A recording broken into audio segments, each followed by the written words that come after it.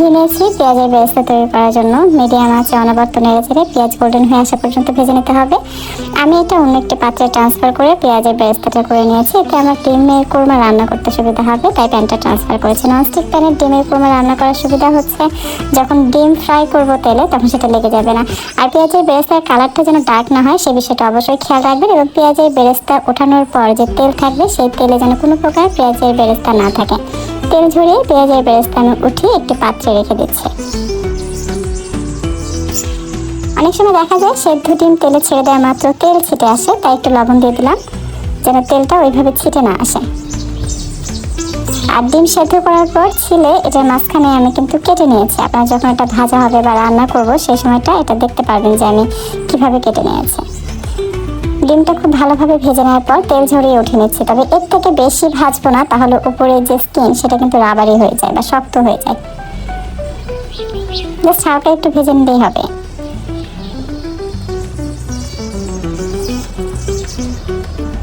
এখন দিয়ে দিচ্ছি হাফ কাপের মতো পেঁয়াজ কুচি, দিয়ে এটাকে ভেজে নেব। গোল্ডেন হয়ে আসার আগ পর্যন্ত ভেজে নিতে হবে। প্রথমে কিছুক্ষণ নেড়ে সেদ্ধ হয়ে আসা পর্যন্ত ভেজে নেব, তারপরে অ্যাড করব গরম মশলা। আমি এখানে 5টি সাদা এলাচ, কালো গোলমরিচ, দালচিনি এবং একটি তেজপাতা নিয়েছি। এলাচগুলো অবশ্যই থেতো করে নেবেন, এতে করে এলাচের সুঘ্রাণ বেরিয়ে আসবে। আমি 8-10টির মতো কালো গোলমরিচ ব্যবহার করেছি। গরম মশলা দেওয়ার পর বেশ কিছুক্ষণ ভেজে নিয়েছি। পেঁয়াজের বেরেস্তা হয়ে আসার আগে আমি অ্যাড করে দিচ্ছি পানি, কারণ পেঁয়াজের কালারটা চেঞ্জ হওয়া শুরু করেছে। যেন এটা ডার্ক হয়ে না যায় বা পেঁয়াজের বেরেস্তা না হয়ে যায় সেই জন্য আমি পানি দিয়েছি। কারণ এটা পেঁয়াজের বেরেস্তা হলে কালারটা চেঞ্জ হয়ে যাবে, কোরমার কালার সাদা হবে না। আমি আদা রসুন বাটা দিয়েছি উঁচু করে 1 চা চামচ, দিয়ে এটা মিশিয়ে নিচ্ছি। পানি দিলে কি হয়, সাথে সাথে কিন্তু বেরেস্তা হওয়ার যে প্রসেস সেটা বন্ধ হয়ে যায়। আমি 1 চা চামচ ধনিয়ার গুঁড়ো, 1 চা চামচ মরিচের গুঁড়ো এবং 1 চা চামচ একটু কম জিরার গুঁড়ো দিয়েছি। দিয়ে সবকিছু মিশিয়ে মশলাটাকে কষিয়ে নিচ্ছি। বেশ কিছুক্ষণ মশলা তেলের সাথে ভাজার পর অ্যাড করে দিব পেঁয়াজ বাটা হাফ কাপ, দিয়ে এটাকে মিশিয়ে খুব ভালোভাবে ভেজে নিতে হবে। পেঁয়াজের কাঁচা গন্ধ চলে যাওয়া পর্যন্ত আমি এটা এভাবে নাড়াচাড়া করে মশলাটাকে কষিয়ে নিতে থাকবো। এখন দিয়ে দিচ্ছি স্বাদ মতো লবণ এবং টক দই হাফ কাপ।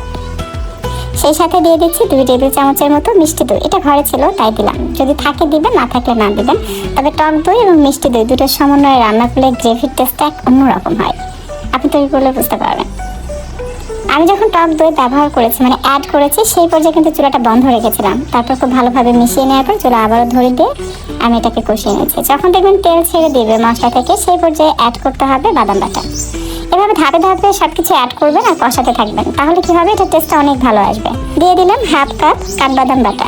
আমি 20টি কাঠবাদাম বেশি করে পানি দিয়ে ব্লেন্ডারে ব্লেন্ড করেছি, তাই এটা মেপে দেখেছি হাফ কাপ হয়েছে।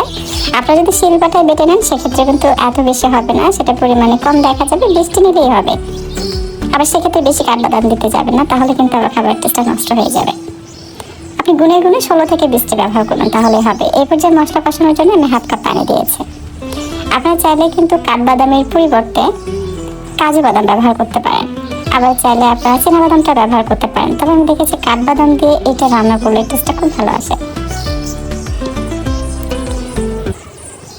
খুব ভালোভাবে কষানোর পর যখন দেখবেন যে এটা থেকে কিছুটা তেল ছেড়ে দেবে সেই পর্যায়ে অ্যাড করতে হবে সেদ্ধ করে ভেজে রাখা ডিম, দিয়ে এটাকে মিশিয়ে নিচ্ছি। এই পর্যায়ে হালকা একটু গ্রেভি আছে, দেখতে পাচ্ছেন একটু পাতলা। এটা কষাতে কষাতে ড্রাই করে নিতে হবে ডিমের সাথে, মানে মশলাটা একটু ড্রাই আর মাখা মাখা হয়ে আসলে সেই পর্যায়ে আমরা গ্রেভির জন্য রান্না করা হালকা গরম দুধ অ্যাড করব, অথবা আপনারা চাইলে গুঁড়া দুধ হালকা গরম পানির সাথে মিশিয়ে সেটা অ্যাড করতে পারেন। এতে করে টেস্টটাও ভালো আসবে। অনেকে বলেন যে টক দই ব্যবহার করলে দুধ দিলে সেটা নষ্ট হয়ে যায়, ছানা হয়ে যায়। যদি গুঁড়া দুধ আপনার পানির সাথে মিক্স করে ব্যবহার করেন তাহলে দেখবেন কখনো সেই দুধ ছানা হবে না। অথবা নর্মাল দুধ রান্না করে সেটা ব্যবহার করতে পারেন, সেক্ষেত্রেও ছানা হবে না।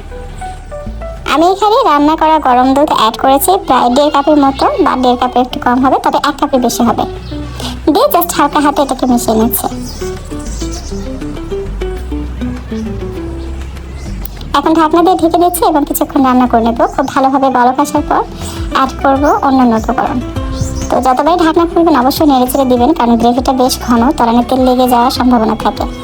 আমি কাঁচামরিচ দিয়েছি 7-8টির মতো, আগালি ভেঙে দিয়েছি, এতে করে কাঁচামরিচের সুঘ্রাণ এবং কিছুটা ঝালও বেরিয়ে আসবে, যেটা জন্য ভালো লাগবে। সাথে দিয়ে দিচ্ছি পেঁয়াজের বেরেস্তা, একদম হাতের মধ্যে নিয়ে গুঁড়া করে দিবেন।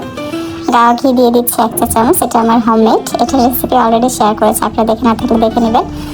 আমি চিনি দিয়েছি হাফ চা চামচ, খুব বেশি দিইনি কিন্তু, কারণ প্রথমে আমি মিষ্টি দই ব্যবহার করেছি, সেটা বুঝে আপনার চিনিটা অ্যাড করবেন যদি মিষ্টি দই ব্যবহার করেন।